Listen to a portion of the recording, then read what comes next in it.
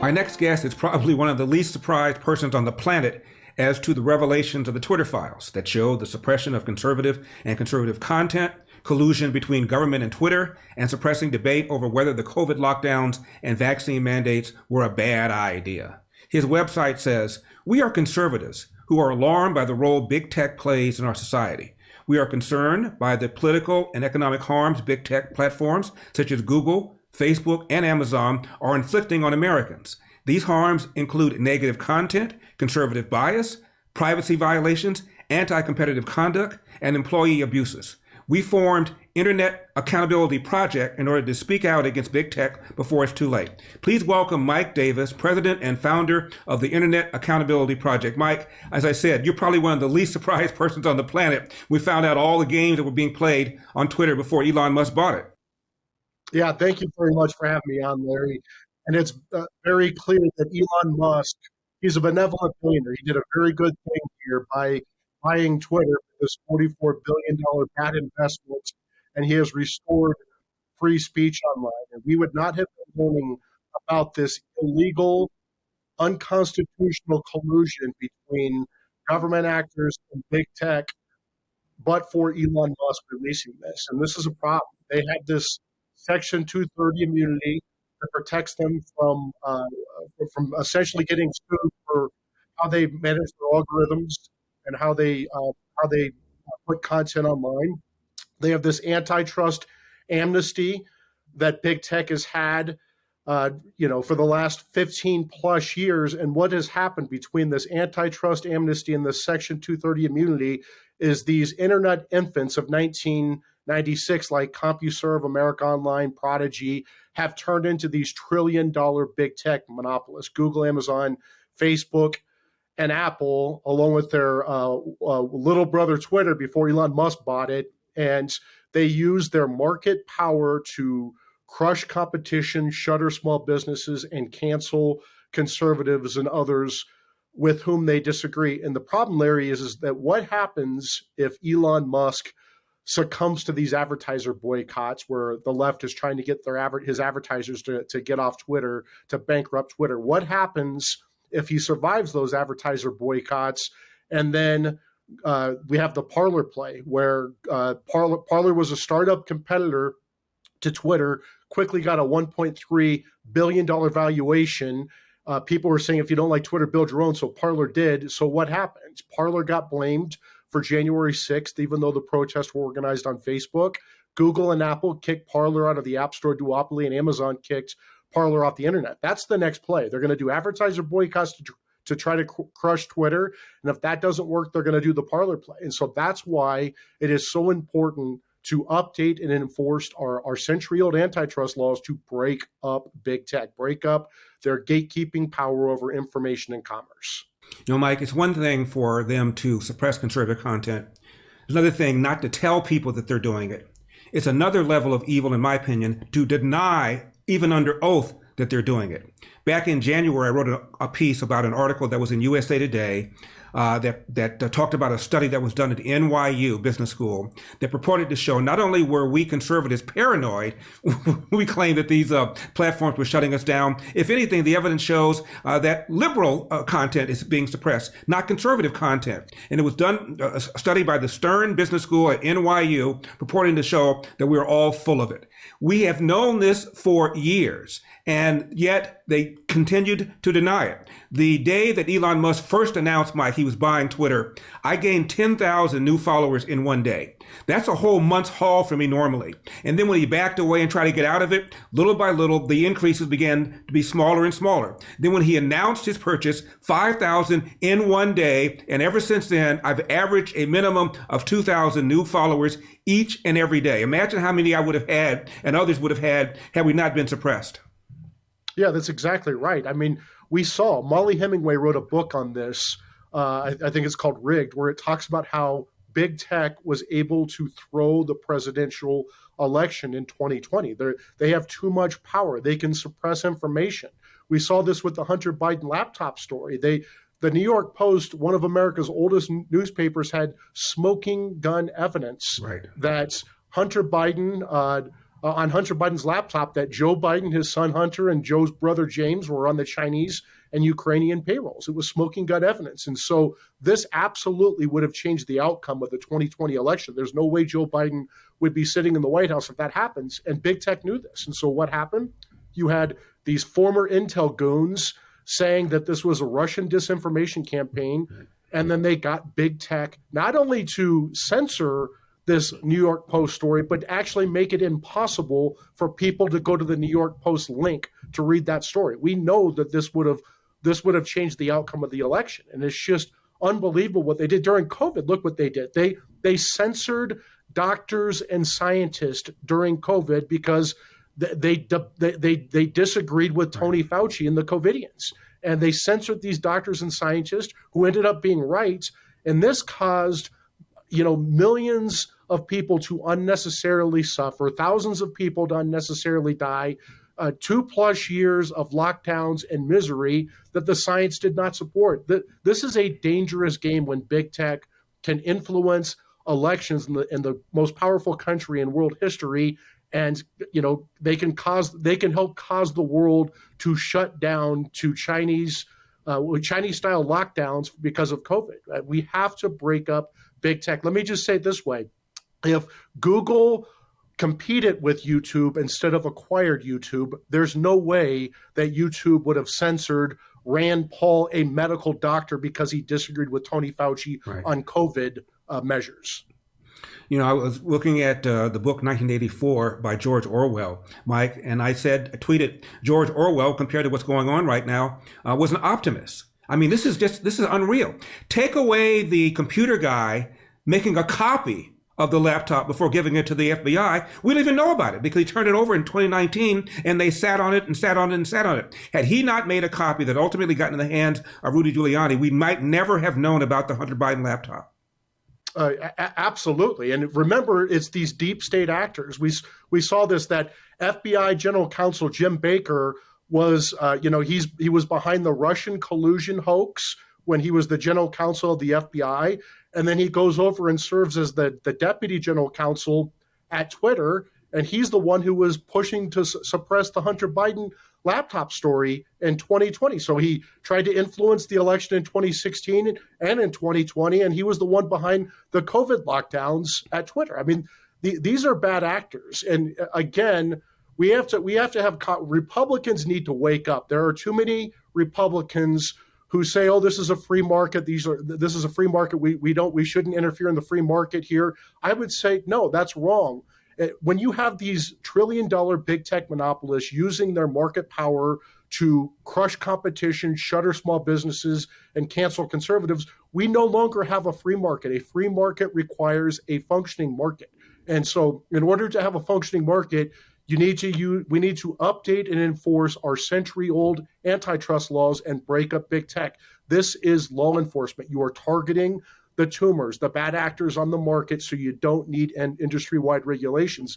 Facebook is calling for industry-wide regulations because they were a trillion-dollar company. They can afford these regulations. Startup competitors cannot. And so Republicans need to get off the Chamber of Commerce bandwagon and start understanding that we need to break up big tech. They are a very much, Democrats always say democracy is in danger. I don't know how you can get more dangerous to democracy than big tech colluding to throw elections like they did in 2016 and 2020. I'm a small L libertarian, and I'm not one of those who likes to have the government break up much of anything. I'm more worried, Mike, about the First Amendment. More worried about the pressure that government, federal government, FBI is putting on these platforms in order to get them to suppress stories, tailor stories, alter stories. That to me is an attack on the First Amendment, even worse than some of the things that you're talking about regarding monopolies and antitrust. Yeah, well, I'll tell you, as a libertarian, you should be for antitrust law enforcement because it ensures we have a free market. Right. And in order for, to have that libertarianism in this country, you must have a free market. That's the whole basis of libertarianism. And so when you have these cancers on the free market, these monopolists are cancers on the free market does not work. And we've seen that for 15 years with big tech. But to your point about the First Amendment, I completely agree. It is clearly illegal, maybe even criminal, for federal government, any government employee, to collude with private actors to censor Americans. That is a clear violation of federal law, the First Amendment, federal statutes, probably many state laws as well. That cannot happen. But let's just step back and remember the reason that these big tech platforms bow to these requests by the government to censor Americans is because they get Section 230 immunity and antitrust amnesty. And if there were more if there were more Twitters out there, if there were more Googles out there, if there were more Facebooks out there, if there was actually competition, it would be a lot harder for the government to censor. Again, back to the Rand Paul arguments. If Google competed with YouTube, they would not be censoring Rand Paul. Right. Now, Mike, I said in my introduction, whatever's going on at Twitter, we know damn well is going on at Facebook, at IG, at Google, at YouTube. What shocks me is over the years, these platforms have had likely employed tens of thousands of people, that nobody has written a book, that nobody has defected, that nobody has come forward and said, this is outrageous, shows me, Mike, that they hire based on ideology. They probably go over your social media footprint for years. And if you've done anything that suggests that you're a conservative and you're not buying into the left-wing wokeism, you're just not going to be hired. Oh, that's very clear. Remember Twitter, what was it, $44 billion, a lot of money, but that is like 10 times smaller than Facebook, and I think it's 25 times smaller than Google and 50 times smaller than Apple. So, Elon Musk can afford to spend $44 billion to buy Twitter. No one can afford to buy Facebook or Apple or Google and take it private. And that's the issue is just like you said, Larry, just imagine what's happening at Google, Amazon. Amazon's 25 times bigger. Google, Amazon, Facebook, Apple. If this is what's going on at Twitter, if they had 80 FBI agents working with Twitter to censor Americans, just imagine how many FBI agents are working with Google, Amazon, Facebook, and Apple. I mean, it's just they have these companies are too big. They have too much power, and it's too easy for the government to choke them because they're monopolists, right? They're monopolists in different parts of the tech market. Right.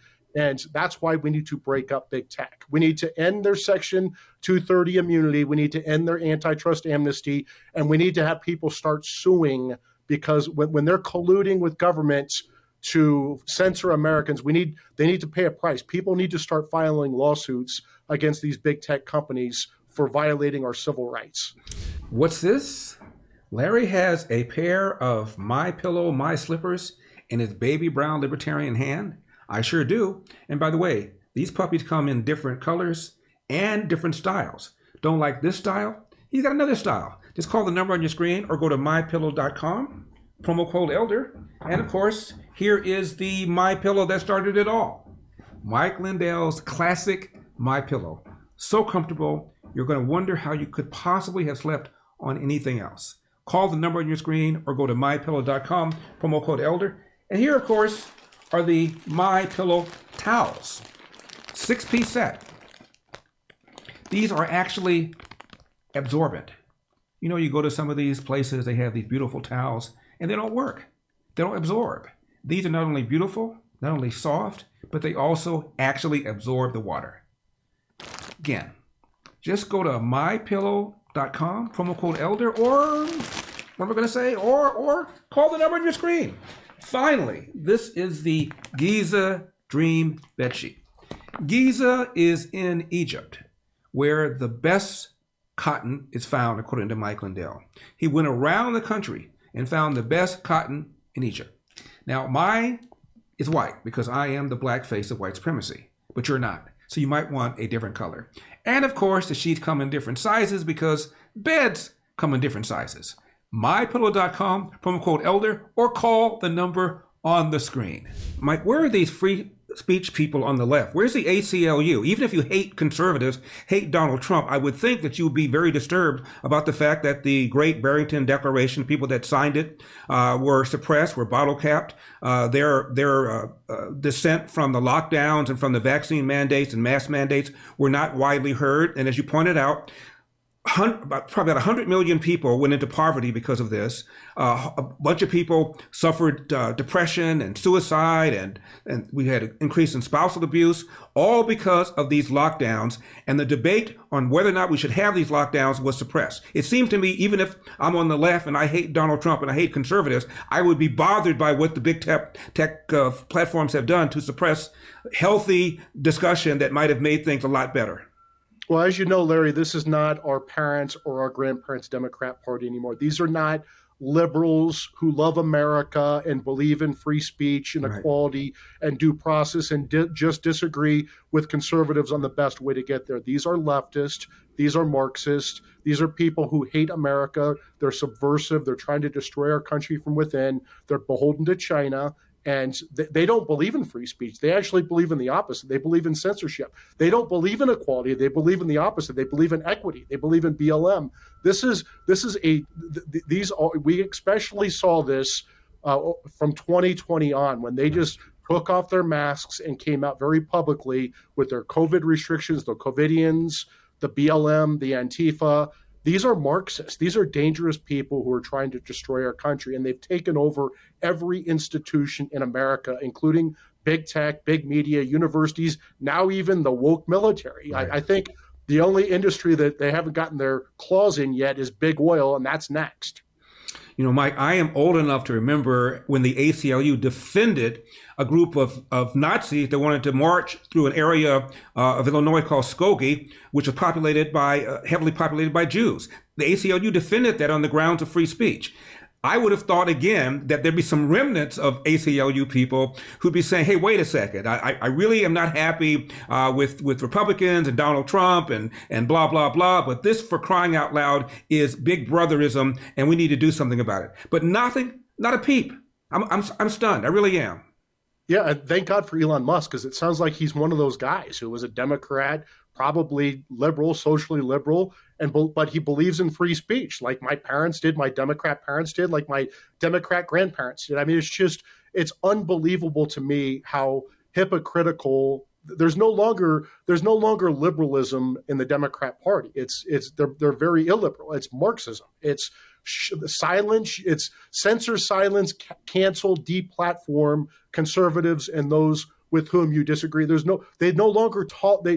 most intolerant people on the planet. They don't tolerate free speech. They don't tolerate debate. They don't tolerate differing ideas. They want to cancel us. And as you pointed out, this kind of wokeism has infused everything: universities, media, academia, big tech. It's infused every sector of our society, and it's just scary. Yeah, and I think the reason this happens is you get these activist employees and activist shareholders who go to these companies and raise holy hell.